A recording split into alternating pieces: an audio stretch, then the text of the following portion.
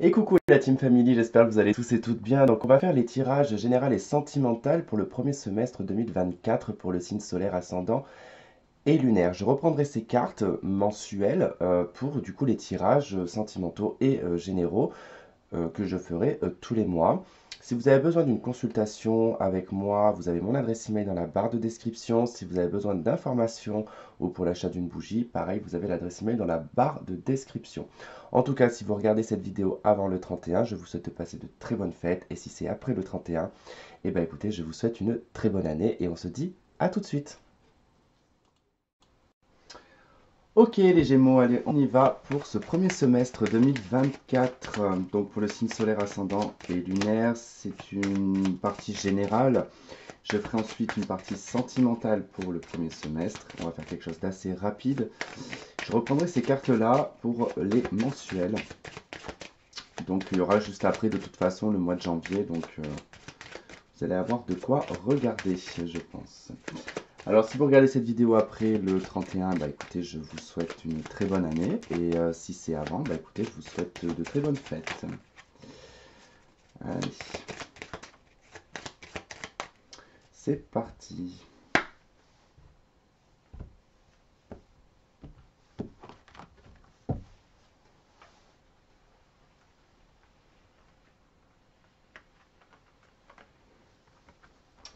Allez, on y va pour le mois de janvier, le mois de février, le mois de mars, le mois d'avril, le mois de mai et le mois de juin.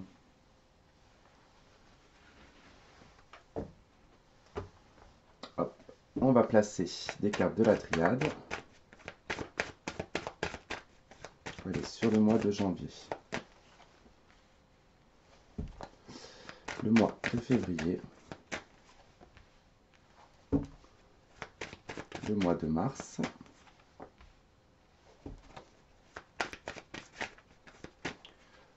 le mois d'avril,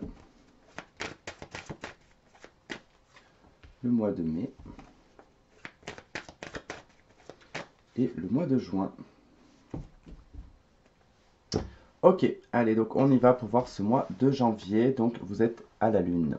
Alors ce mois de janvier, il est probable que pour vous les Gémeaux, vous soyez un petit peu inquiets de comment débute et comment va commencer l'année 2024.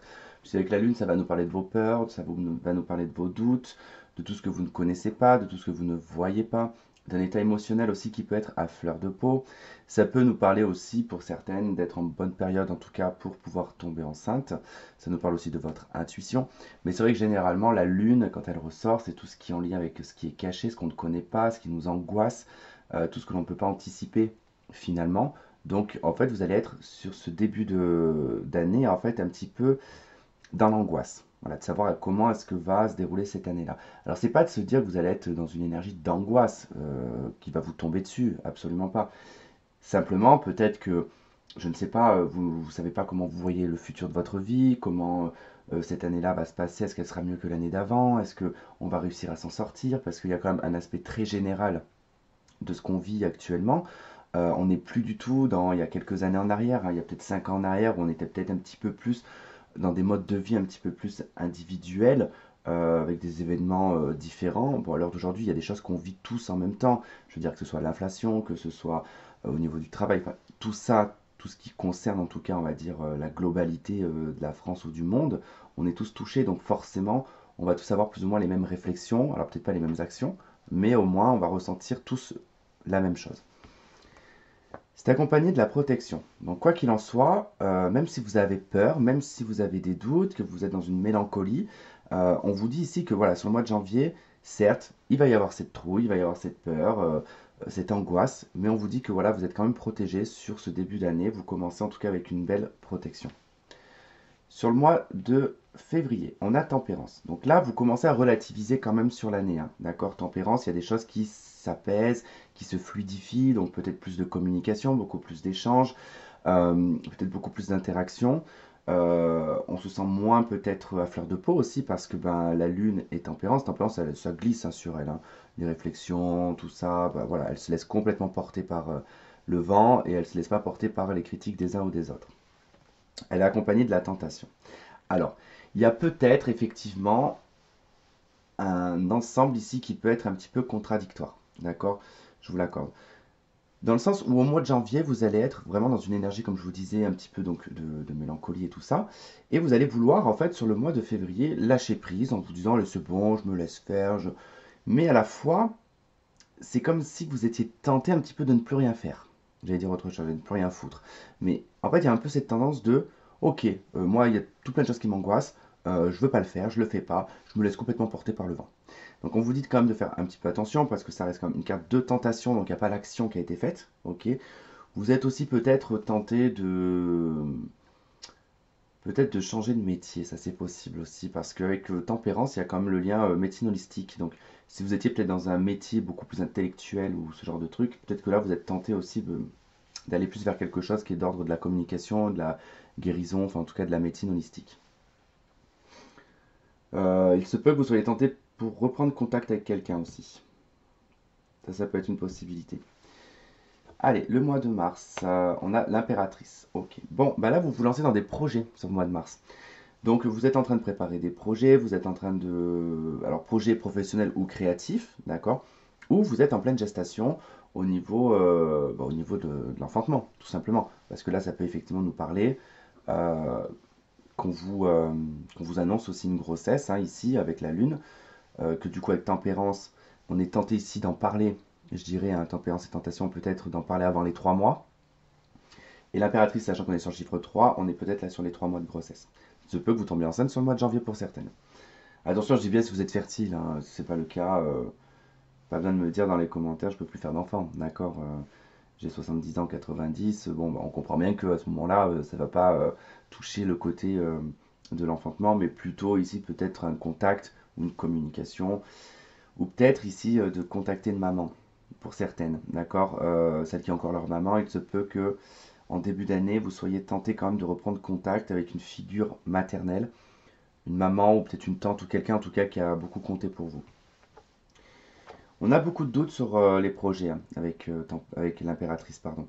On a des doutes sur l'évolution des projets, on a des doutes sur ce qui va accoucher finalement de cette gestation. Avril, vous avez le pape. Ok. L'autorité morale. Alors, le pape, c'est donc l'autorité morale, c'est nos valeurs, c'est nos principes, c'est comment est-ce qu'on voit aussi les engagements. Ça peut être un engagement professionnel, ça peut être un engagement sentimental, ça peut être un engagement avec soi-même. En tout cas, il y a beaucoup de respect avec le pape, dans le sens où on va respecter les uns et les autres. Et puis, ça peut être aussi une personne extérieure qui vient vous apporter de l'aide, qui vient vous apporter son soutien et surtout son intelligence, mais aussi son expérience. Elle est accompagnée de l'illusion. Alors, bon. Euh, Là, on peut avoir un côté pour certains où vous risquez de plonger trop dans la spiritualité ou trop dans la religion pendant cette période-là, et vous risquez de rentrer dans quelque chose qui est totalement irréel. D'accord? La carte de l'illusion, ce n'est pas forcément les gens qui vous mentent ou qui vous disent ou que vous mentez à vous-même. C'est plutôt des fois de se créer un monde en fait qui vous appartient qu'à vous, mais qui n'est pas forcément illusoire, mais qui n'est pas forcément réel. D'accord? Qui n'est pas forcément dans la réalité. C'est-à-dire qu'on peut vivre totalement dans un autre monde et ne pas voir en tout cas tout ce qui se passe à côté.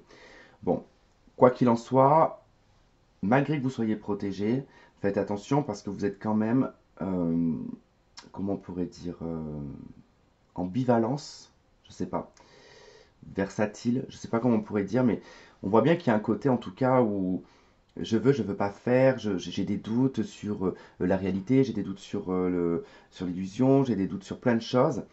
Alors, autant on a ce côté un petit peu de la lune où on prend un peu des angoisses, machin, on se libère un peu avec tempérance, on se met dans un projet, et puis on peut en tout cas essayer de le mettre en place, en tout cas on a la foi là-dedans, et puis d'un coup on doute en se disant, mais attends, ce projet que je suis en train de faire, c'est peut-être n'importe quoi, j'ai peut-être mis autant d'énergie pour rien.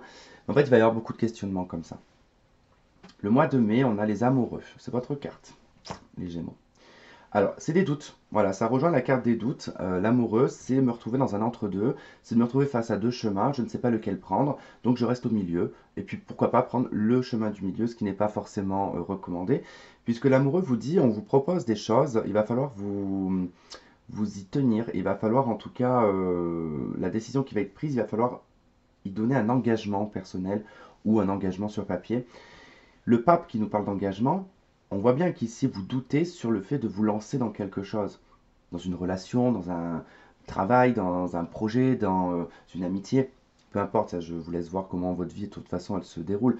Mais là, concrètement, l'amoureux, vous vous retrouvez dans une situation voilà, où vous devez en plus mettre un terme à quelque chose avec la carte de l'oméga. Parce que là, concrètement, on ne sait pas si on va se dire, bon, j'abandonne tel projet pour me lancer dans ce projet que j'ai commencé à mettre en place et j'y vais. Ou alors, tout simplement, ici, on a commencé à faire. Et puis, stop, on dit non, bah en fait, non, je vais pas faire. Voilà. Il risque d'y avoir, en fait, à ce moment-là, beaucoup de doutes sur le fait de vouloir arrêter une activité. D'accord. Ou une relation. Sur le mois de juin, nous avons la justice. Ok, donc la droiture, la justice des hommes, tout ce qui va être d'ordre légal, juridique, et on a la carte des frères. Alors ça peut nous parler ici d'une association, hein. Association professionnelle, c'est le cas en tout cas, probablement ici que vous allez couper peut-être un engagement avec un associé. Ça peut être aussi la fin d'une relation, la fin d'une triangulaire pour certains. Il peut être question de divorcer ou de vivre en tout cas autour de vous une personne qui divorce. Peut-être la personne, peut-être vous voyez une personne qui est engagée, d'accord. Il se peut que cette personne se sépare hein, sur le mois de juin, puisque l'on voit bien qu'il y a un choix, en tout cas que vous devez faire, qui va se terminer, en tout cas qui va s'imposer à vous, hein. Il y a quelque chose qui s'impose à vous, qui se termine. Donc une relation, une association euh, ou une relation amicale ou familiale, hein, peu importe, hein. Mais de toute façon, voilà, il ne va pas falloir rester dans cet entre-deux. D'ailleurs, je vous parlais d'un côté versatile qui ressort aussi ici avec l'amoureux. Donc, on a la justice qui nous met dans le droit chemin en disant, ok, hop, je vais dans ce chemin-là et je vais face. La carte des frères n'est pas forcément associée à quelqu'un, d'accord. Ça peut être mis face à vous-même. C'est-à-dire que les Gémeaux, euh, Gémeaux, jumeaux, d'accord, il y a quand même ce côté où en fait on doit euh, alors, je sais pas si c'est pareil en astrologie, j'en sais rien. Mais comme c'est un signe mutable, c'est l'un des signes qui est conscient de pas de sa deuxième personnalité, parce qu'on ne peut pas parler de deuxième personnalité puisque c'est une maladie à la base, mais de ce côté un peu versatile, il en est totalement conscient, mais il est totalement, comment dire, libre. En fait, c'est pas, malheureusement aussi, il y a des poissons qui regardent, mais les poissons sont assez conscients de ce qu'ils font quand ils ont, pas de personnalité, mais quand ils font, voilà. Les Gémeaux ne sont pas forcément conscients parce qu'ils sont un peu plus impulsifs et beaucoup plus mercuriens, donc il y a beaucoup plus de communication avec eux. Et des fois, bah, parfois, ils ne se rendent pas compte. Et là, en fait, c'est d'être mis face peut-être à ses responsabilités, face à sa deuxième facette, et c'est de se remettre en fait sur quelque chose de juste et de droit. Parce qu'en fait, vous pouvez, moi j'appelle ça la vieille caboche. C'est-à-dire, vous savez, cette petite voix qu'on a, comme dans le dessin animé, on a le petit diable et le petit démon sur l'épaule. En fait, c'est un peu vous, votre conscience et votre qui se bat peut-être sur j'ai envie, j'ai pas envie. Je veux faire ça, mais je veux pas le faire. Vous voyez un petit peu ce côté-là, que tout le monde a d'ailleurs. Bah, vous, du coup, peut-être que vous cessez avec ces questionnements-là et que vous mettez en tout cas quelque chose de droit en vous disant, ok, bon, bah, je me mets face à mes responsabilités, je me mets face à moi-même, qu'est-ce que je veux réellement? Voilà, tout simplement. Après, comme je vous ai dit, ça peut être, comme je vous ai dit tout à l'heure, hein, par rapport à un divorce ou tout le reste, je ne vais pas revenir là-dessus parce que ça serait que faire répéter les choses. Ok, donc maintenant on va passer dans la partie sentimentale, je coupe et je reviens. Ok, on y va pour le sentimental, donc arcade majeur et mince, et les anges de l'amour.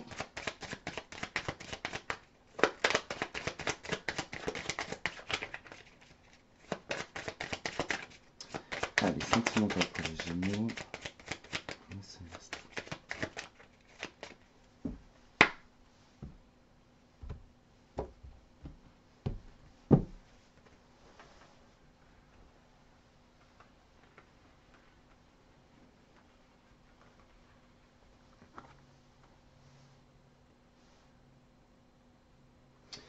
Allez, le mois de janvier, le mois de février, le mois de mars, le mois d'avril, le mois de mai et le mois de juin.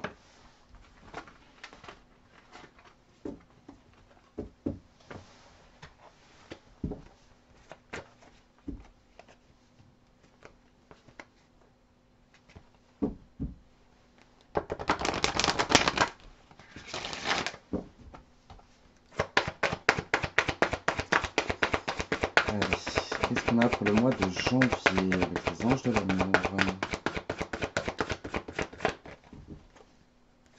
Le mois de janvier.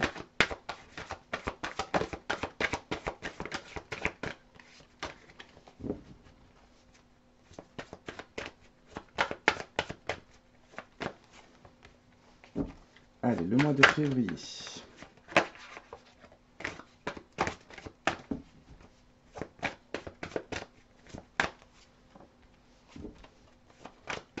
Le mois de mars.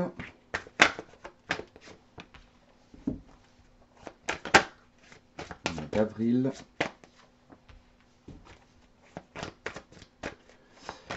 Mois de mai. Et le mois de juin.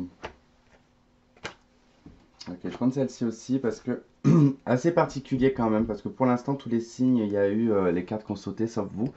À partir du mois de mai, elle a commencé à sauter. Je ne sais pas s'il se passera vraiment grand-chose en début d'année pour vous, donc on va voir quand même. Allez, on commence avec l'ermite. Bon, bah effectivement, début d'année, on commence avec une introspection, on cherche sa lumière intérieure, on cherche en tout cas ce qui nous booste hein, dans le cadre affectif et sentimental. Il y a une lumière qui s'est éteinte, que vous essayez de rallumer, en fait. Hein. Vous essayez de rallumer bah, l'étincelle de l'amour. Je pense qu'il y a aussi le fait d'essayer, je sais pas, peut-être de comprendre ce qui n'a pas pu fonctionner, en tout cas si ça vient de l'autre ou de vous, s'il y a des choses en tout cas à retravailler. C'est possible, hein, parce qu'avec l'ermite, en tout cas, c'est beaucoup de travail sur soi, c'est beaucoup d'introspection, c'est une quête et une recherche, en tout cas, qui est fait pour soi. On a traité les problèmes familiaux. Ok. Donc c'est clair, en tout cas, il y a quand même un retour sur le passé par rapport à certaines problématiques que vous avez vécues, qui fait que ben, vous essayez de comprendre et de savoir pourquoi. En tout cas, vous êtes aujourd'hui dans cette situation affective. Sur le mois de février, on a le diable. Ok, alors le diable, autant peut être dans une situation sur le mois de février où on va super bien vivre sa sexualité, on va vachement s'éclater, en tout cas on va vivre entre guillemets que pour ça. Si ce n'est pas le cas, ça nous parle de codépendance, ça nous parle de, comment dire, d'addiction, ça nous parle de tromperie, ça nous parle de triangulaire, en tout cas de quelque chose d'assez malsain dans le cadre affectif quand même, qui est accompagné de la confiance. Alors, soit, parce que là effectivement, hein, ça peut être assez aléatoire, soit on a confiance en une personne ici, alors qu'il n'y a pas lieu d'avoir confiance en cette personne, puisqu'on a le diable qui nous dit ici, tu donnes ta confiance aveugle à quelqu'un. Soit, bah, effectivement, le diable, il y a le côté jalousie, possessivité, euh, codépendance, d'accord, qui est malsain dans la relation, alors qu'on vous dit que tu peux avoir totalement confiance avec la personne avec qui tu es, ou en tout cas, confiance aux autres. Allez, sur le mois de mars, l'impératrice. Bon, il y a quelque chose qui se prépare sur le mois de mars. Alors, soit vous réfléchissez à comment aborder une personne ou comment aborder une relation, un début de relation par exemple. Parce que là, c'est en gestation, donc il y a, soit on est sur un début hein, de communication, d'échange, mais il n'y a rien qui s'est passé. Soit pour certaines, vous tombez enceinte, ou vous savez vous, déjà que vous êtes enceinte. Effectivement, on a peut-être caché ça à la nouvelle personne, ou du moins on ne l'a pas dit dans la relation. Puisque le diable, c'est ça qui pourrait ressortir. Hein. C'est le fait peut-être d'avoir peur de dire je suis enceinte. On vous dit tu peux avoir confiance et tu peux le dire. Basta. Et sinon, voilà, il y a quand même le côté où on se prépare. Je voulais voir, il y a codépendance, ouais. Donc je reviens quand même sur la situation que je vous disais au départ, hein, c'est-à-dire que là, en fait, il y a une situation qui vous demande en fait juste de traiter un problème, une problématique dans la relation ou dans le cadre familial, de chercher ce problème avec l'ermite, d'accord? Et on a d'un côté le fait de garder les choses pour soi avec l'impératrice, c'est-à-dire qu'on garde pour soi une toxicité, une codépendance, une addiction qui fait que ben, on est totalement plongé dedans alors que la confiance est là, mais il y a soit l'un, soit l'autre qui flingue tout avec... Là, en fait, je suis obligé de vous dire, là, on tombe, si c'est dans le cadre d'une relation, sur les 6 mois, on tombe là dans le genre de relation qu'on appelle unilatérale. C'est-à-dire qu'il y a une personne qui est faussement amoureuse. Faussement amoureuse, c'est la personne qui est codépendante, hein. Elle n'est pas amoureuse parce qu'elle est amoureuse, elle est amoureuse parce qu'elle ne veut pas être seule. Et l'autre personne qui n'a absolument aucun sentiment et qui est là juste parce que c'est le moment présent et que quand ça s'arrêtera, puis si ça continue, c'est pas quelque chose qui va importer cette personne. Attention, ça ne veut pas dire que cette personne c'est un pervers narcissique, parce que ça on a toujours tendance à dire ce genre de situation, pervers narcissique. Non, non. Il faut aussi des fois remettre les choses dans le contexte. Des fois ça vient de vous, malheureusement, parce que bah, de créer tout ça, cette peur, ce manque de confiance, bah, finalement on s'accroche à des personnes qui finalement, si on était totalement en confiance avec soi-même, et avec les autres, peut-être qu'on n'aimerait même pas cette personne. Voilà, tout simplement parce que c'est juste en fait du manque et que cette personne vient combler ce manque. En tout cas, je ne peux pas vous dire plus ni moins par rapport à cette situation-là parce que là, je ne vais pas comment dire, vous faire de la paillette ou quoi que ce soit ou d'épée de licorne ou ce que vous voulez. Non, là, c'est concret, quoi. C'est-à-dire que j'ai aucune carte qui m'indique que waouh, c'est trop bien, c'est le fun. Non, là, c'est purement psychologique, je dirais presque même. Soit chez l'un, soit chez l'autre, pardon. On a le battleur. Bon, le battleur qui a dit quand même une nouvelle relation, un nouveau départ, un nouveau commencement. En tout cas, on change d'outil. Donc peut-être que soit on change notre fusil d'épaule dans cette relation, soit effectivement on est sur le début d'une relation, on n'a toujours pas abordé cette personne, hein, comme je vois que là, il y a quand même des peurs aussi avec le diable. La peur peut-être d'aborder cette personne, peut-être que voilà, on sent que on pourrait tomber dans les bras de cette personne et être en codépendance, donc on garde ça les choses pour soi. Bon, on nous parle quand même de quelque chose qui démarre ou qui redémarre avec le battleur, comme accompagné de libérez-vous. Bon, bah écoutez, j'ai envie de vous dire, si un début de relation qui est quelque chose, lâchez prise, laissez votre passé derrière vous, laissez les situations que vous avez vécues, ayez confiance en vous, ayez confiance aussi en la personne, et quoi qu'il en soit, de toute façon, les choses quand on les ressent, dès la première intuition, de toute façon, il faut s'écouter, tout simplement. Alors, sur le mois de mai, on a le chariot. Succès, réussite, démarrage, en tout cas, quelque chose avance par accélération. On est déterminé avec quand même le chariot. Il y a ce point, en tout cas, qu'on se donne, cette finalité dans laquelle on veut aller. On ne va pas bifurquer et on va ni écouter les uns et les autres. Et on nous parle d'un nouvel amour. Donc, il y a bel et bien une nouvelle rencontre. Par contre, si vous lâchez prise en début d'année sur une situation du passé, parce que l'ermite nous parle d'une situation du passé, puisqu'il regarde de toute façon du côté du passé, son introspection, sur ses problèmes, donc sur vos problèmes, sur votre situation de codépendance, de manque de confiance en soi, et le fait de garder en soi une personne que vous avez peut-être aimée et que vous avez du mal encore à lâcher. Vous allez vous libérer et vous permettre ici, vous autoriser une nouvelle relation, une nouvelle rencontre, qui va pas mal démarrer quand même au départ. Elle va quand même avoir un bon démarrage, une bonne accélération de début. Sur le mois de juin, on a la roue de fortune, donc il y a un changement, il y a un tournant, il y a un virage dans votre vie hein, qui est assez important. On a une relation karmique. Alors soit c'est le retour ici d'une relation karmique. Alors attention, pas le retour d'un ex, qu'on soit bien d'accord. C'est le retour d'une relation similaire à une relation que vous avez pu vivre pour pouvoir justement changer d'outil, donc changer de fusil d'épaule, pour l'aborder d'une autre manière et peut-être de régler le problème qui est ancré en vous, d'accord? Qui a en tout cas engendré ce diable.